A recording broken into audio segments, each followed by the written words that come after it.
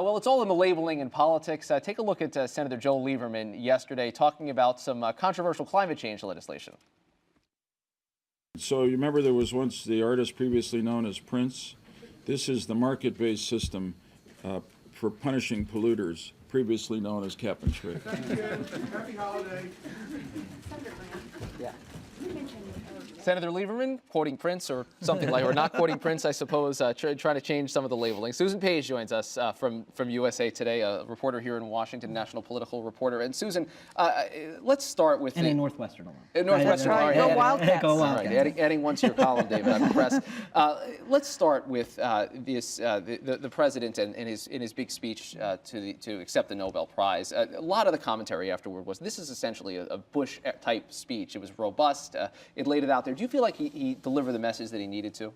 You know, it was the Bush people saying it was a Bush-like speech because that kind of muscular moralism is something that was familiar to the Bush people. But he said some other things that were pretty direct rebuke to the Bush years. He said, I repeated his commitment to close Guantanamo. He said he had barred torture. Those were some of the biggest applause lines that he had. So this was a speech that I thought liberals found some things to appreciate and conservatives found hard to criticize. In fact, Sarah Palin, in an interview with my colleague at USA Today, Kathy Kiley, said it was familiar to her that it was the same kind of rhetoric and thoughts that she had in her new book. She also talking about how war is needed at times.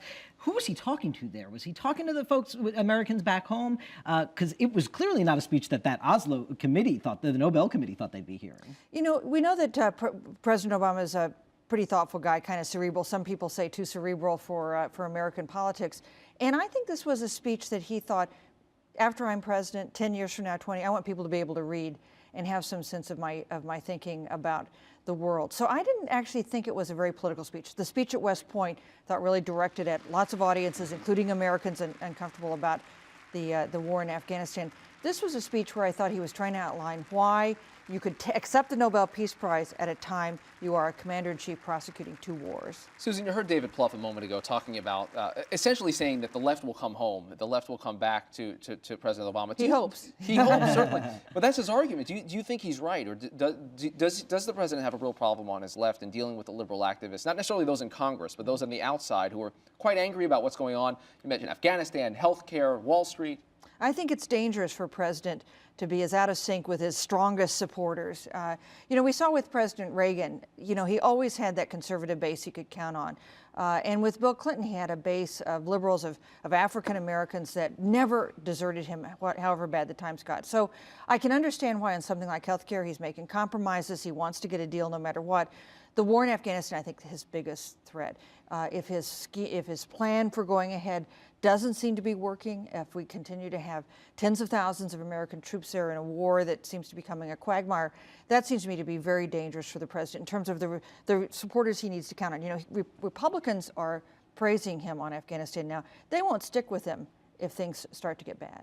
Without a doubt. And also, on something like healthcare, he gets the benefit of appealing to independents. I'm trying to get healthcare done, even though I'm taking on my own party. Afghanistan, though, is different. Independents are already a little skeptical about what he's doing in Afghanistan, so that's a tougher fight there. Before you go, since we have your sage wisdom here and you know the political landscape going in, I want to look at Chris Dodd's race for a moment in Connecticut.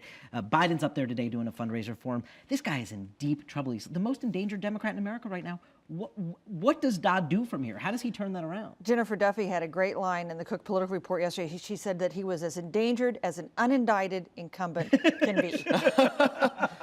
So what can he do? Because he's at the center of the big storms over health care, obviously over anything that happens in the financial markets. You know, we've seen people come back from deep holes, so you don't want to count them out. You know, Connecticut's a Democratic state. Hard to believe that that the Democrat got beat there in the last Senate race in favor of Joe Lieberman as an independent.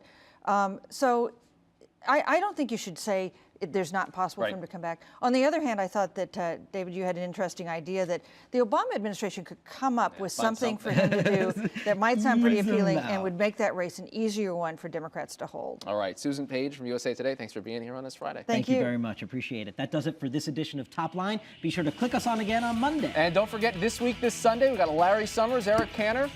Great way to keep Hanukkah going. Twitter.com/TheNote.